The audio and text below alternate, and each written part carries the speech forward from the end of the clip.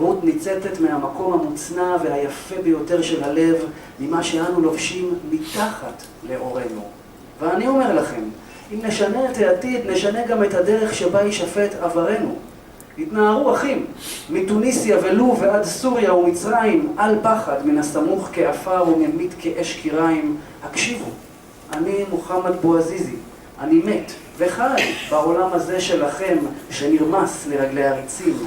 ואני אומר לכם שאין בעולם ארץ שאי אפשר לזקוף בקומה אם רוצים.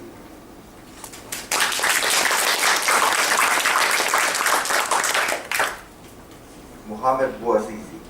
Ja sam Mohamed Bouazizi i premda sam umro i živio u Tunisu u kojem su me zgazile diktatorske čizme, kažem vam. Tunis je zemlja u kojoj možete dignuti glavu ako to samo poželite. Ja sam mislio da to nije moguće i mislio sam, što više godine prolaze, to je sve manje. Kako smo bili glupi.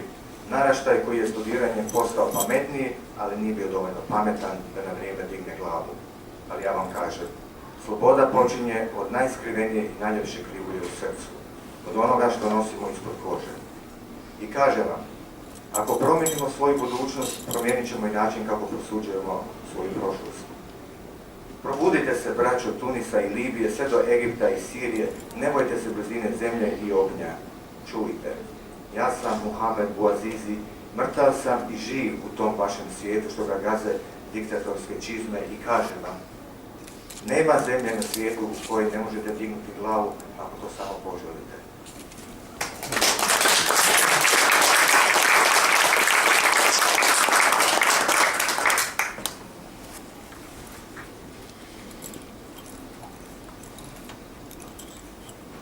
And the last poem is very important to me.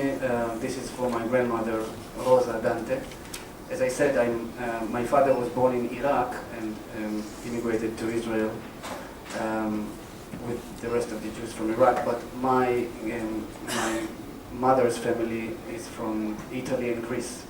My grandfather is called Mario, I'm called after him. He was born in Italy, and my grandmother was born in Rhodes, Greece, which was under Italian regime back then.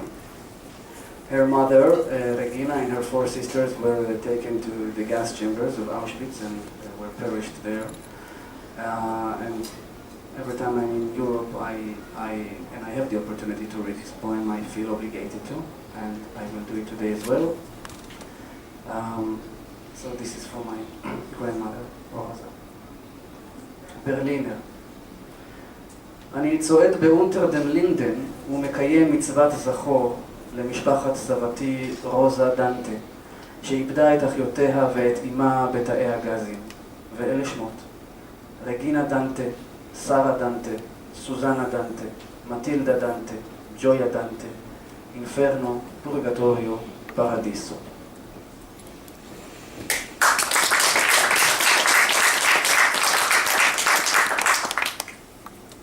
Berlinčani. Šetam se ulicom Unter den Linden.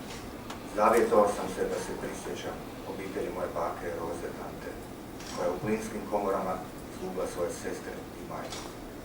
I evo tih imena: Regina Dante, Sara Dante, Suzana Dante, Matilda Dante, Gioia Dante, Inferno, Purgatorio, Paradiso.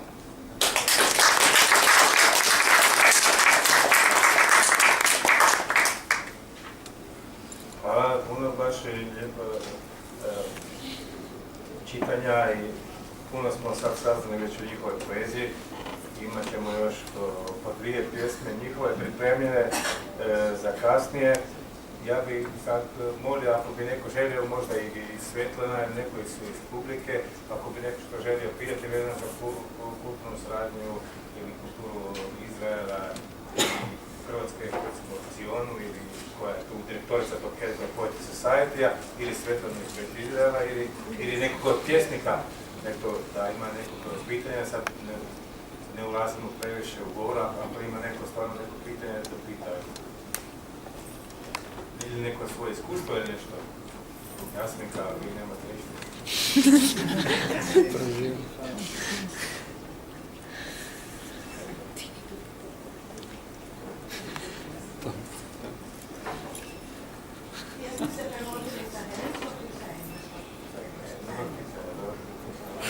Sada tako, to je način na koji radi Helicon Poetry Society, jednostavno se tako napravi da baza je engleski, a tako radi i već Knudel u Berlinu i tako radi u niz zemalja svijeta, jednostavno se napravi jedna baza na engleskom i onda pjesnici među sobom na tom grade, znači hebrejski i hrvatski pokušavamo doći, znači, ali najvažnija je ta interakcija između pjesnika i prevoditelja uživo, da se može vidjeti što je, to se puno stvari se može na drugi način izgubiti, tako da je ono engleski za sve danas lingua franca, znači sporazumijevanja sa raznim jezicima, ali to je samo jedna baza na kojom se pokušava transponirati jedna pjesma kao u cijelini, da se ne dogodi neka gruba pogreška, nešto što može potpuno urušiti smisao i sliku i atmosferu i ono što pjesma nama želi prenijeti, ali normalno mora biti prenesena sa razmišljanjem tome da će učitati hrvatski čitatelji, a isto tako kad je hrvatska poezija primjerice prevedena u Izraelu, onda oni će, kad prevoditelj radi, će da transponira jednostavno pjesmu u jezik koji se tamo govori. To je način na koji se radi. Jer imate možda još nešto da izvolite. Hoćete mikrofon? Ne. Hoćete uhvatiti? Htjela sam pitati kakva je vidljivost u medijima s obzirom na radionice koje je spomenula gospođa, da i da li će ovo biti preneseno recimo u izraelskim medijima da su pjesnici gospođa?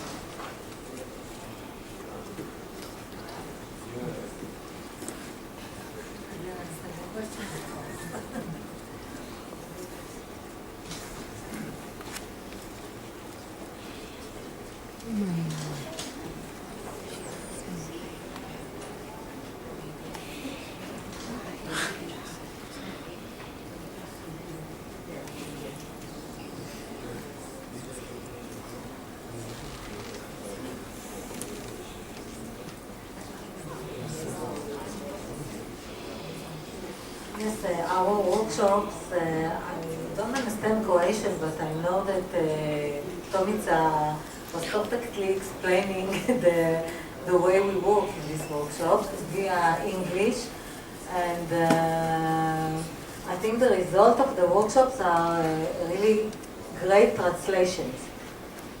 We have coverage in Israel in actually Facebook mostly, and in the radio sometimes, but not other publication now. After we have the translation, like the last workshop we had with the German poets, we published a special issue of Helicon magazine. It was dedicated to the translations. It was 6 German poets and 6 Israeli poets, and we have a special issue for that, and of course it gets the coverage, and it was spread also in Berlin and in Israel.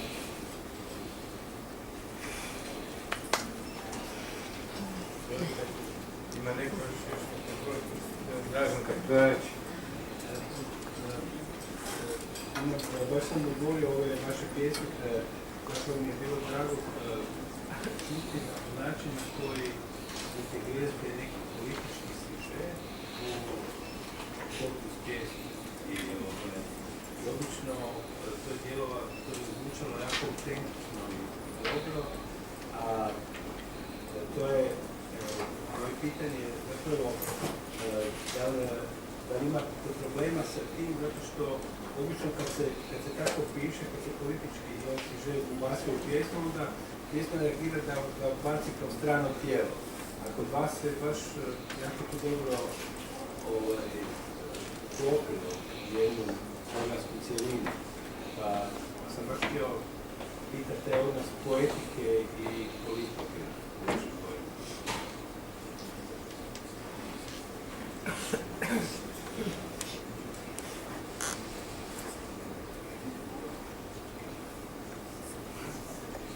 Well, first I think, as I said before, that every poem is political. There is a poet in Israel called Roli Somek, and he said once that when the British want to describe the sundown, they compare the sun to a rose, and the French do the same, but they compare it to wine, and the Jews compare it to blood.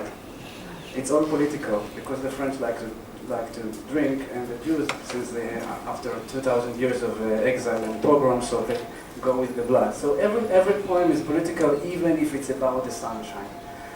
When it comes to political poetry, for myself, I can't do it otherwise, because I live in a very unique state, which has a lot of difficulties.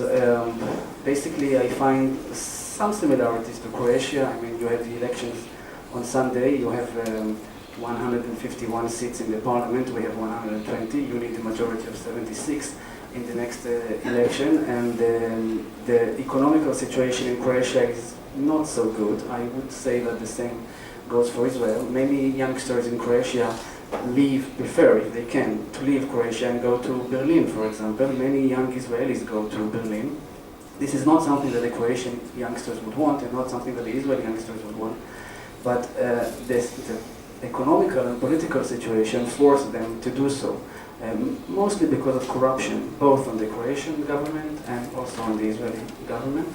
I would say that even the Minister of Culture in Croatia, I don't know your political standpoint, but as far as I know about the political situation in Croatia, the Minister of Culture is not that good for culture, and the same goes in Israel. The Minister of Culture, she is not that good for culture. I don't think that they understand much about culture, but they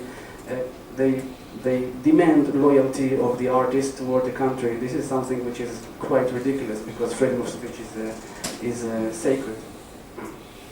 So as a poet in Israel, I cannot write about something which is not political, therefore I do it. There is a risk, because if you write a political poem, it might get like a poster, like a placard, something which is quite superficial. That's the risk. I hope that I didn't do it superficial. If I go according to Pablo Neruda,